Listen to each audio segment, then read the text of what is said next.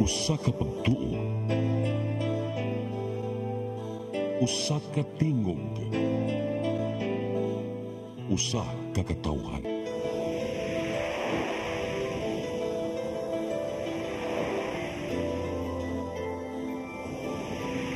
Cebu Catholic Television Network.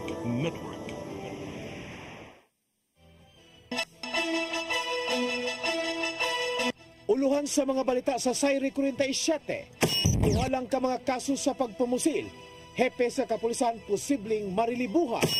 Sunog, migo sa barangay Mantuyong, Mandaue. 60 ka mga panimay na ugda. Philippine Air Force 50 fighter jet plane gikan sa Mactan, Cebu nawala.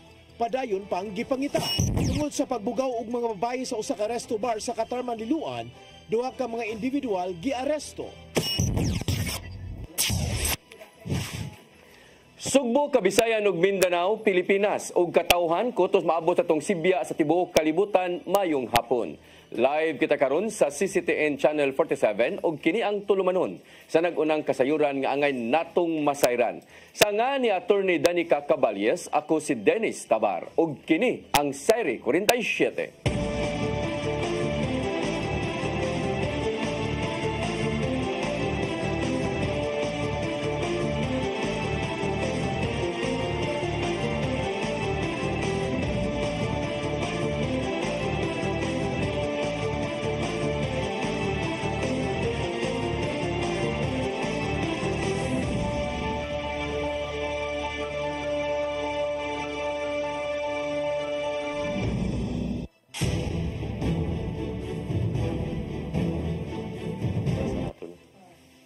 O karon sa kumpletong detalye sa atong mga balita, ni pahigayon og peace covenant signing ang og unity walk ang Comelec Cordoba, ingon man ang Cordoba Municipal Police sa San Roque Parish sa Barangay Poblasyon, lungsod sa Cordoba. Subay kini sa tinguhang mahimong hapsay, patas ug malinawon ang eleksyon karon nga Mayo. Sa 25 ka mga local candidates, upat lang ang wa mitunga sa maong kalihukan. Lakip na ang usa ka kandidato nga nidagan sa pagkamayor sa maong lungsod. Ang mga mitambong nagpapili pagkamayor mao sila si Shirley Pugoy, si Puesca, Mayor Cesar Didoy Suan, kauban og mga tibuok slate og si kanhi Mayor Tichi Sitoy Cho, kauban usab ang tibuok niyang linya og ang gatusan nila ka mga supporters. Police Regional Office 7 mipasigarbo nga mikunhod ngadto sa 33% ang crime volume sa tibuok Central Visayas. Hepe sa PRO 7 mipasalig nga ilang palambuon ang mga programa aron magpabilin nga malinawon ug hapsay nga puy-an ang tibuok rehiyon. Ang kasayuran ni hatod ni Arnold Bustamante. Mitibok sugat do sa 33.23% ang crime volume sa Tibok Central Visayas kani base sa wahing data nga natala sa Police Regional Office 7 gikan sa Enero hangtod na sa Pebrero 2025 nakatala lang og 418 ka 8 focus crimes ang Region 7 gikan sa 626 sa maiging tuig sa susamang period din 208 ang pagkibra sa kinatibuk ang krimen kini subay sa gihimong proactive policing strategies nga gipatuman sa kapulisan ug ang pag-increase sa matud pa sa community participation. Ang kapulisan sa Central Visayas mipatuman sa programa sa Peace and Order nga nagsentro sa pakigalayon sa komunidad aron makabot ang seguridad nga environment alang sa tanan. Si Police Brigadier General Rodrigo Marana ng hepe sa PRO 7 na kanayon nga ang aktibong paglambigit sa katawahan o pagpugong sa krimen nakatampo kini nga magpabilin nga luwas ang publiko lakip na ang mga mulupyo niini. Lakip sa nakatampo sa pag-ubos sa krimen sa Central Visayas ang subsub nga checkpoint operations, pagdugang sa police visibility, aktibong pagpatrolya sa kapulisan ug ang pagpakusog pa sa ilang law enforcement activities. Misaka usab ang ilang crime solution efficiency nga maabot sa 90.98% karong tuiga, itandi sa 89.28% sa susamang period sa miging tuig. Kini pagpakita sa positibong lakang silang pasalig nga himuong labing luwas nga puy-an ug mulambo ang negosyo sa Central Visayas. Gidayeg ni Maranan ang mga police personnel ug investigators nunod sila nga paningkamot nga mailhan ug masulban ang mga insidente nga nahitabo sa Region 7 ug napugnan ang posibleng mahitabong krimen. Lakip sa gilan ni Maranan ang aktibong partisipasyon sa komunidad ngadto sa mga tinugyanan sa balaod nga mipanambo sa pagsulbad sa krimen. Gidasig pa ni Maranan ang publiko nga mo report sa kapulisan sa mga kadudahan silang barangay ug mohatag og impormasyon kung unsa insidente alang sa dinalian nga kasulbaran sa usa ka krimen nga madagpan dayon ang naghimo niini. Arnold Bustamante, CCTV. Kagamanan sa dakbayan sa Sugbo nagtinguha nga mapatuman ang underground cabling sa tanang mga dapit dinhi sa syudad. Kini aron malikayan ang risgo sa gayon nga moigo ang mga dagkong katalagman. Ang kasayuran ihatod ni Mary Rose Sagarino. Gitinguha sa Cebu City Government nga mapatuman sa tibuok dakbayan ang pagpalubong sa mga linya sa telecommunication ilawom sa yuta kon underground cabling. Kini ang nakita ni Mayor Raymond Alvin Garcia karong sugdan ang maong proyekto sa pipila ka heritage areas. Apil na ang palibot sa City Hall ug Basilica Minore del Santo Niño. Unang gilaraw sa City Government nga makalikay sa kagubot sa Talan-Awon ang pagpalubong sa mga linya sa internet ug telepono. Apan suma pa ni Mayor Garcia nga makalikay usab sa risgo sa tanang katawhan ang maong proyekto. Ilabi na nga mga tumba ang mga poste sa higayong maigo man ang dakbayan sa bagyo ug linog. Usa kini sa mga probisyon nga nakalatid sa City Ordinance number 2750. Usa kini sa mga probisyon nga nakalatid sa City Ordinance number 2750 nga naaprobahan ni atong tuig 2024. Safety of our people and at the same time it is for disaster resiliency of our city, di ba? Kung natay mga typhoons or bad weather, if everything is underground, kung padayon mo natin, may mga posting ang mga tumba. Nasayrang walay gastuhon na ang syudad alang sa pilot implementation sa underground cabling uban ang pribadong sektor. Kung mamaayo man kini human sa duha ka buwan, laumang masundan pa sa ubang bahin sa dakbayan sa Sugbo. This is at no cost to the city because it is only a pilot area. So ato lang itanaw kung kaya bagay nato. Mary Rose Sagarino, CCTN News. Hepe sa usa ka police station sa dakbayan sa Lapu-Lapu adunay rekomendasyon nga marelibuhan human nga duha ka mga pagpamusil ang naitabo sulod sa iyang jurisdiksyon. Subay kini sa inisyatiba sa PRO 7 Director sa tinguhang mapaubos ang mga pagpamusil karong tuiga.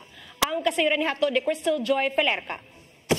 Gipasidan-an ang mga police station commander sa dakbayan sa Lapu-Lapu nga kinahanglang way mahitabong shooting incident sulod sa ilang jurisdiksyon aron nga dili sila marilibuhan.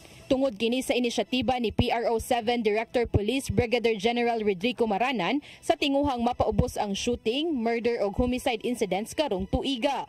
Matod ni Police Lieutenant Colonel Christian Torres, ang spokesperson sa Lapu-Lapu City Police Office, nga ang kadtong mahitabuan og duha ka shooting incidents makadawat na og rekomendasyon nga marilibuhan. One dili og two shooting incidents sa ilang EOR is nanay recommendation to relieve subject for review sa ato director o hangay na din siya i-relieve considering sa directives nga as much as possible sa tanang mga initiative na gibuhat na to. Despite of that, naagi hapoy shooting incident na itabo, during sa evaluation na ito, makita o ma-relieve din siya.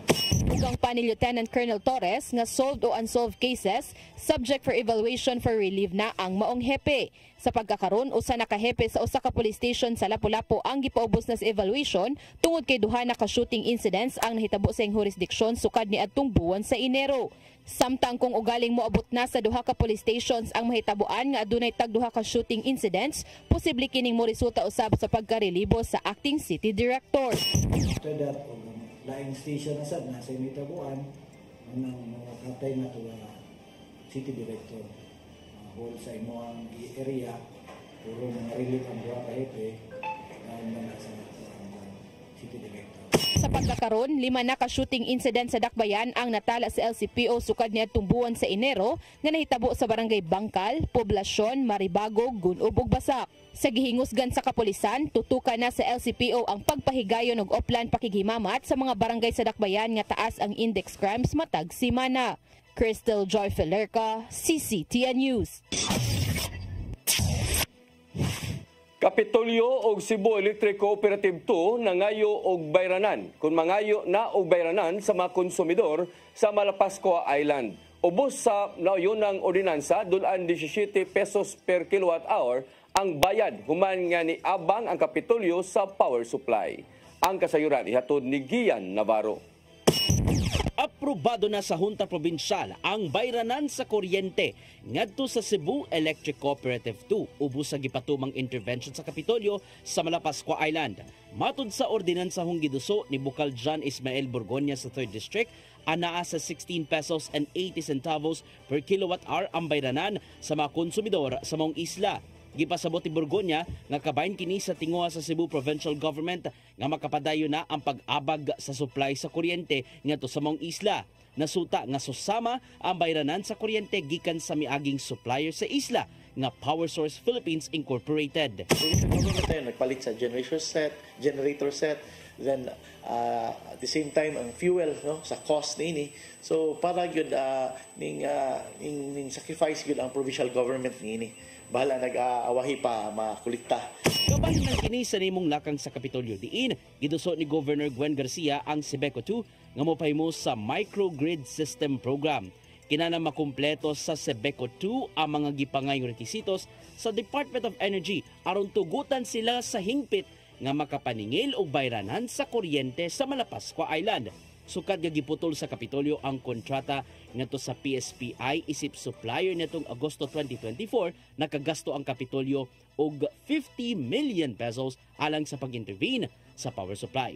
Aron mugaan-gaan na usab ang gastuhanan, ipatuman nila among bayranan sa kuryente sa higayong mahapsay na ang tanan.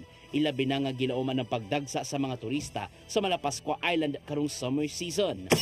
Same time para dili masakripisyo ang mga ang tourist resorts ngadto nga which kinsa may turista ganahan madto kung way klarong kuryente.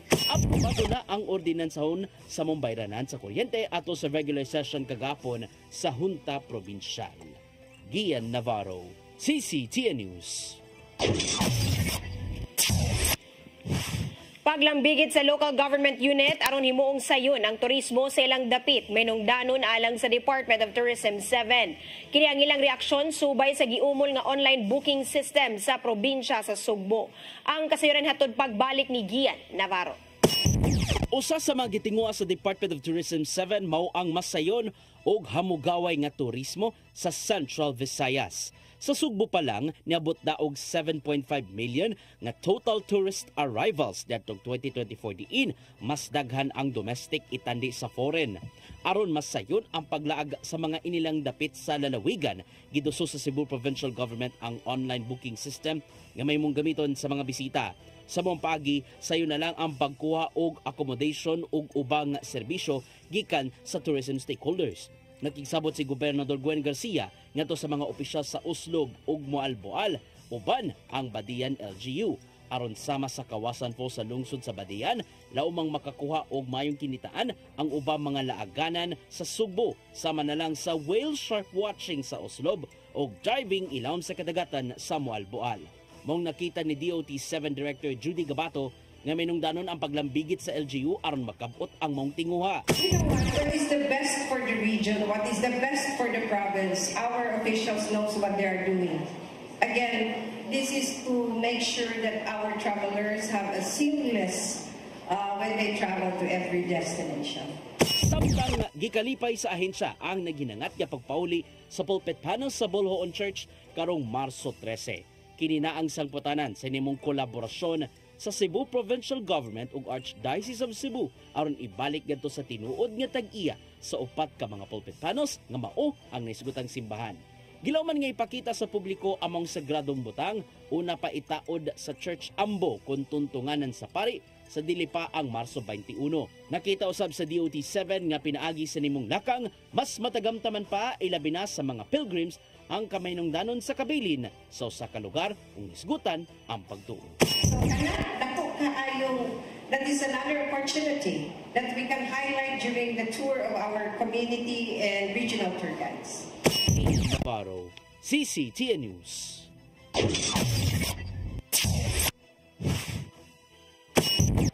Mosunod. Sunog miigo sa barangay Mantuyong, Dakbayan sa Mandaue. Sa isinta ka mga balay na ugdaw. Kanaugdagan pa mga balita sa pagbalik sa Sayri 47.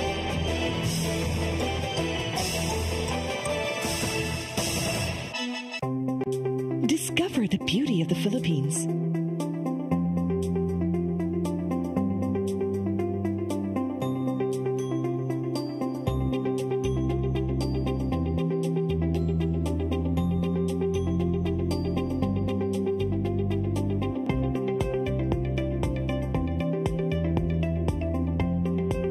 With Philippine Airlines, the country's flag carrier.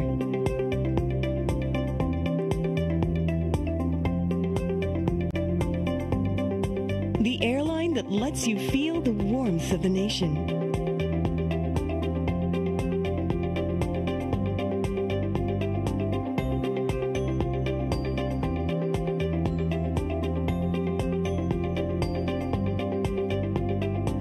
Mabuhay!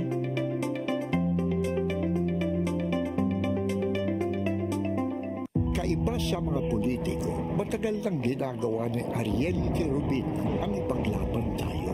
Kahit sariling buhay inaalay. Ngayon, iba ang laban. Pero tuloy ang misyon ni Ariel Querubin, ang ipaglaban tayo. Kung medalya ang sukatan at hindi pera, si Ariel Querubin ang ating bayani na karapat dapat sa Senado. Pag may Ariel Querubin sa Senado, may bayani tayo, sigurado.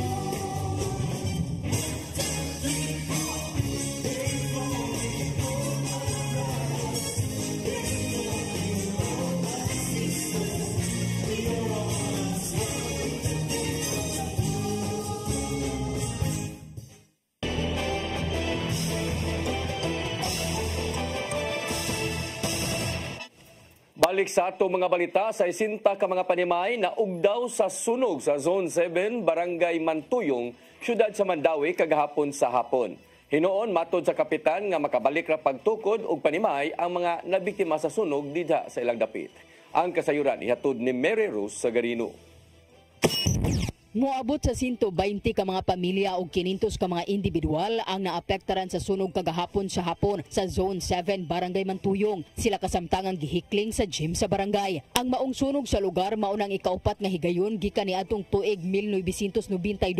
Ang ikaduha nga sunog natala ni atong tuig 2007 ug ang ikatulo ang dakong sunog ni atong tuig 2016 sa Mantuyong ug Gazo. Diin girelocate ang mga biktima sa karaan nga Cebu International Convention Center kun CICC. Pila usab ka tuig nga nagpuyo ang mga biktima sa CICC sa wala pa na reblocking ang Zone 7 ug ang uban na balhin sa condominium type housing project sa Barangay Tipolo. Tungod na reblocking naman kaniadto ang Zone 7, matud ni Kapitan Julius Ario Gapeta nga makabalik ra og tukod sa ilang bay ang mga biktima ngadto sa fire site.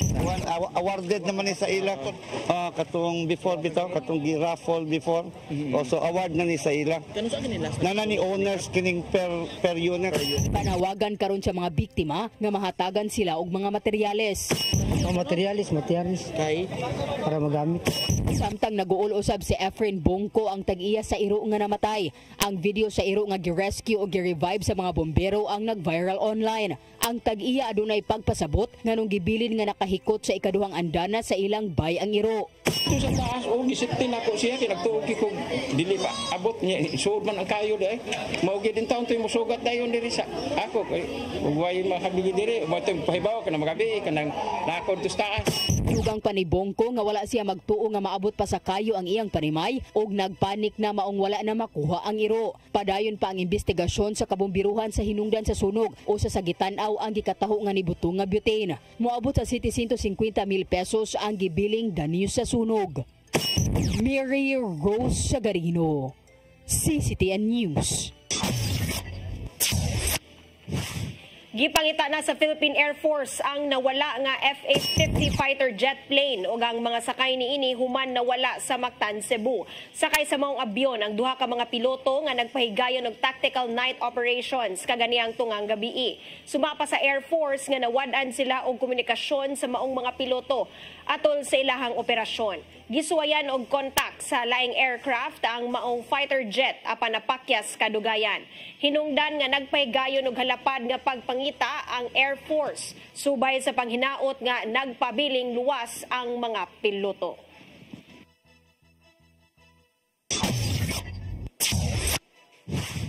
Mahimo nang mukuha og licensure examinations ang mga tinun-an sa engineering sa Cebu Technological University. Kini ang gikumpirmar ni CTU President Dr. Jose Pepito atol sa Provincial Development Council meeting sa Kapitolyo. Gikataho ni Pepito ngadto kang Governor Gwendolyn Garcia nga makakuha na sila og board exam ubos sa Professional Regulations Commission ang ilang mga tinun-an sa umaabot nga panahon. Mahinunduman nga midangop sa Kapitolyo si Pepito tungod sa gidangatan sa 600 ka mga engineering student nga resulta sa kakuwang sa Certificate of Program Compliance gikan sa Commission on Higher Education. Maong tinguha karon ni Governor Gwendolyn Garcia nga makapalit ang Kapitolyo og mga kahimanan nga magamit sa engineering laboratory. Kasamtangang Secretary sa Presidential Communication Office mihimakak sa pasangil nga adunay kakulian ang pagtudlo kaniya ni Presidente Marcos Jr. sa maong posisyon. Gihulagway niyang fake news ang giingong pagkalambigit sa pagkuha og minilyong balor sa kontrata gikan sa Philippine Charity Sweepstakes Office. Ang kasira ni hatod ni Gian Navarro. Giulagway ni kasamtangang Presidential Communications Office Secretary J. Ruiz nga nang hinubra na ang mga kritiko bahin sa pagtudlo kaniya sa maong posisyon. Usa ka semana human sa gitudlo ni Presidente Bongbong Marcos Jr. isip ad interim secretary sa PCO.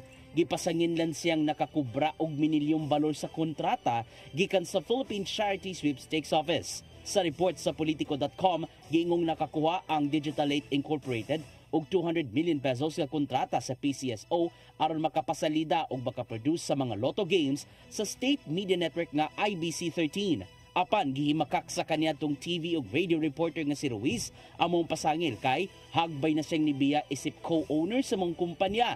Gitataw niyang niresign siya sa Digital 8 niadtong Enero 17 sa wala pa siya gitudlo sa Malacañang nga mangulo sa PCO.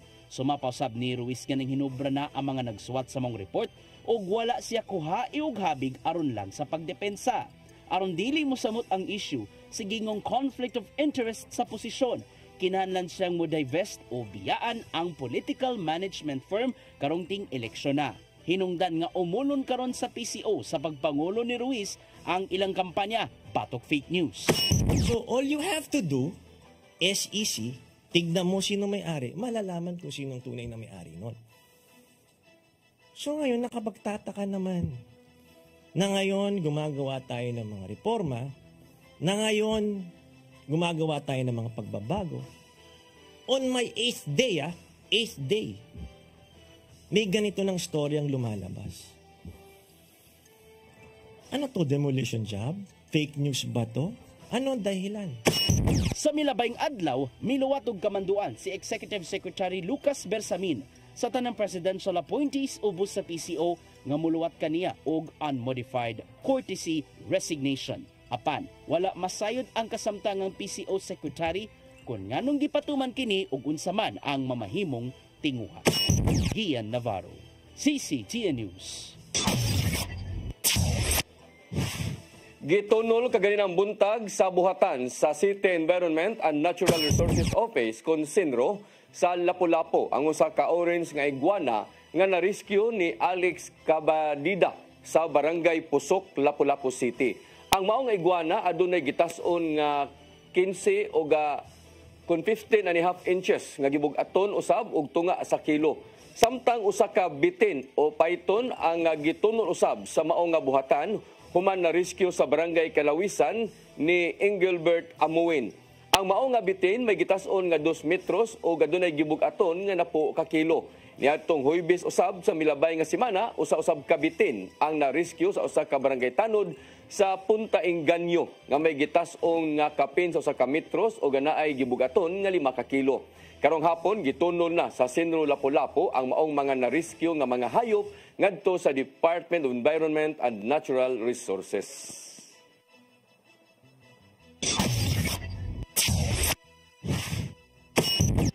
Mosunod, tungod sa pagbugaw og mga babayi sa usa ka resto bar sa Katarman, Liloan, duha ka mga individual giaresto.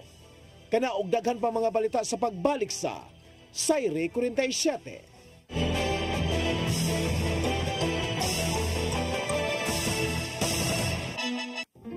I am the God that healeth thee. I am the Lord, your healer. I sent my word and healed your disease. I am the Lord, your healer. I am the God that healeth thee. I am the Lord, your healer. I sent my word and healed your disease. I am the Lord, your healer. I am the God that healeth thee. I am the Lord, your healer. I sent my word and healed your disease. I am the Lord, your healer. I am the God that healeth thee. I am the Lord, your healer.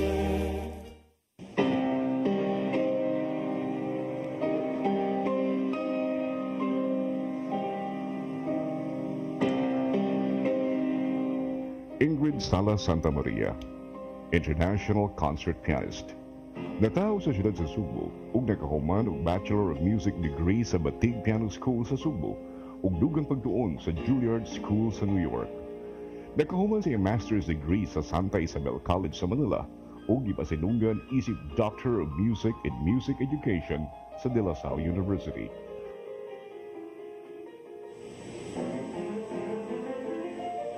Gituboy sa Hall of Fame sa Performing Arts League sa Crestwood, Florida. Naapil sa Who's Who sa Asia documentary sa NHK Television sa Japan. Ug napiling one of the 100 most notable Cebuanos of the century. Isip chairman sa Salvador and Pilar Sala Foundation, siya mo'y nagpasiugda sa usa ka 10-year music development program nga nagbunga sa katukuran sa Cebu Youth Symphony niadtong 1995.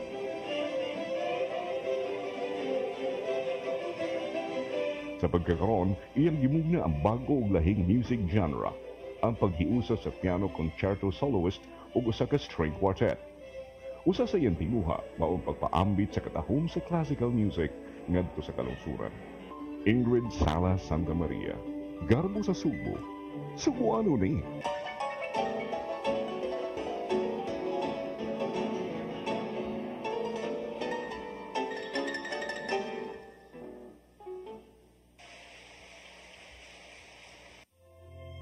Ang kinabuhi, puno sa hagit. Sugpil na ka, Dria! Ay, pag-inarte! Magdita ka! Puno sa pangutana. Bata o gani ka kayo? Nagpuyag-puyag na ka? Kinsa man ang mga sakitin ako din ay karoon na kinsa! Kung si buti mo'y pasabot, Daddy. Puno sa luha. Pagpili pang ako nga imong anak o kanay imong mga babae. Kasuko. Yung ano pa? Ano itang ka ni Papa? Apan bisan mangit-ngit pa ang imong kalibutan, aduna pa'y nagpahiping kahayag. Aduna ka pa'y kasumbungan. Hanap na Dear Tatay, tunog na unlot na nganong wailaing pagi aron masabtan nato ang Biblia. Kinahanglan nga doon natay relasyon kang Jesus. Hangtod sa layan natong panaguban, daghang salamat. Shalom. tunog na unlot na PRO7 Action Files. Mga panghitabong naglampikit sa katawan, ihatagan ng aksyon o kasulbaran sa kapulisan. PRO7 Action Files. Base sa talaan sa Police Regional Office 7, nakakasong panayong gisubay at hanggang katinawan, pinaagid ng maong tulumanon. PRO7 Action Files. Abang kaninyo sa Police Regional Office 7 o NTV CCTN.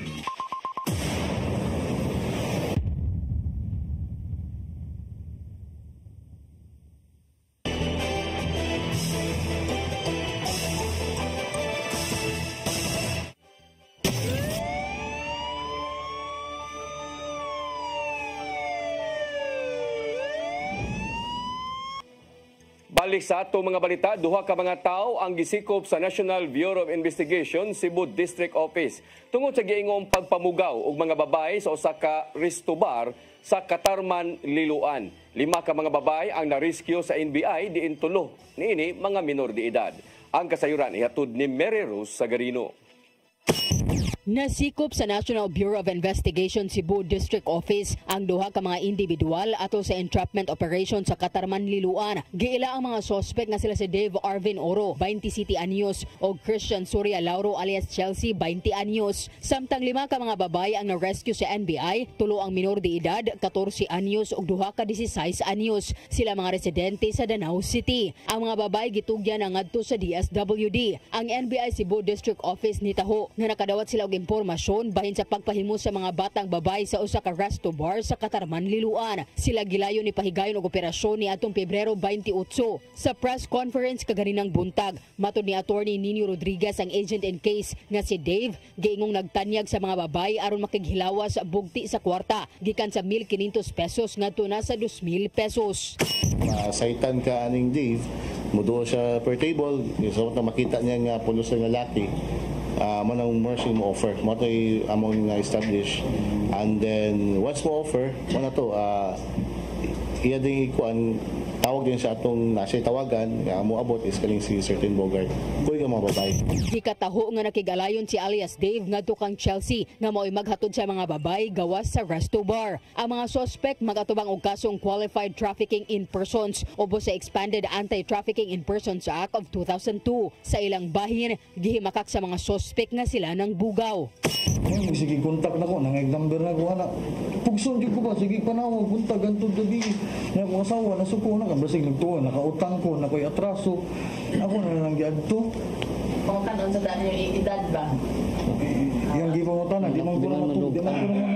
Iabisuhan usab sa NBI ang mga ginikanan sa pagmonitor sa ilang mga anak tungod posible silang mag-atubang og kaso.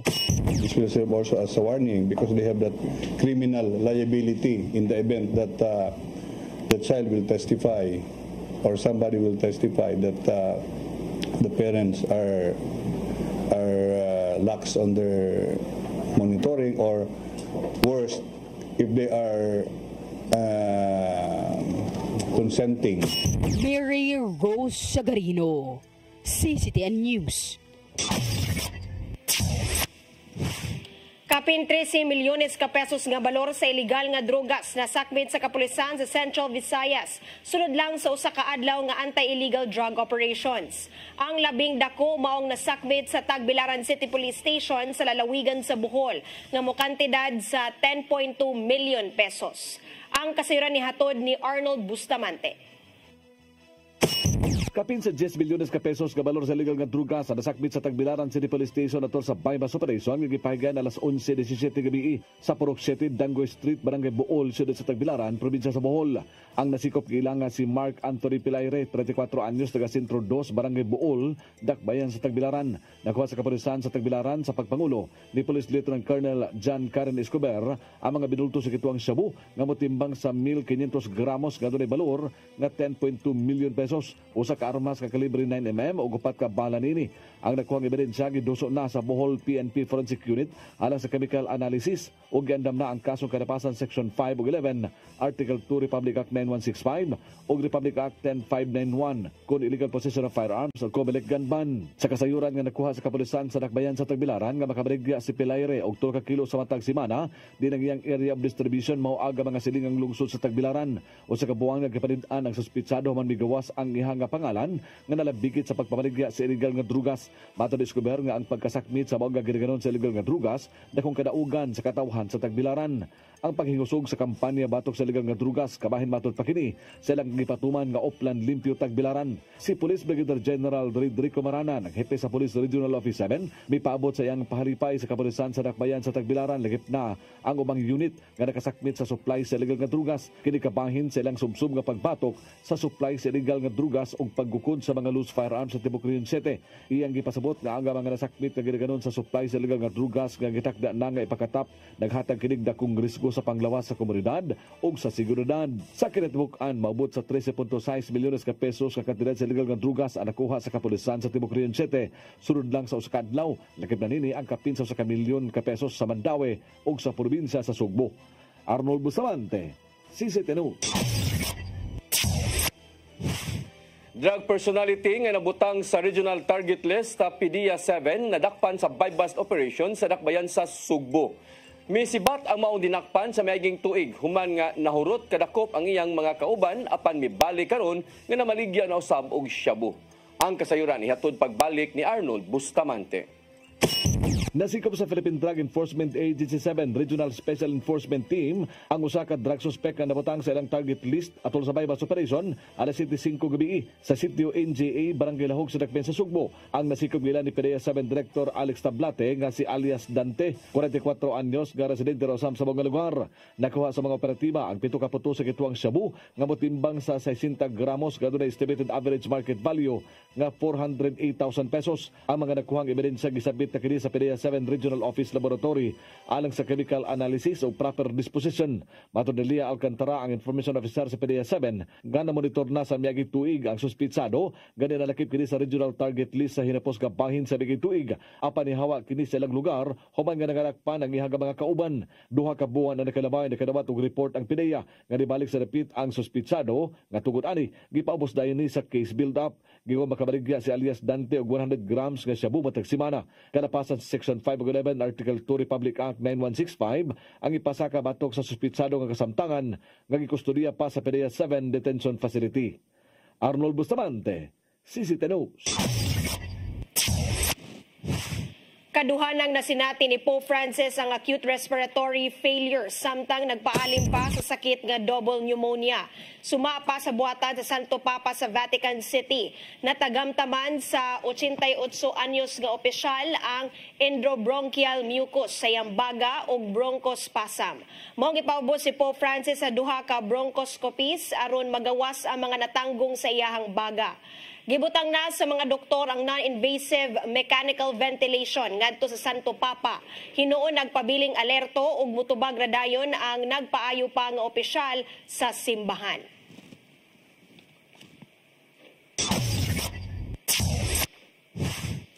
Mo kadtong naglangkob sa atong mga balita sa Sayre 47, ako si Dennis Tabar. Ako si Danica Caballes, hangtod ugma sa inyong paboritong tulumanon. Sayre 47.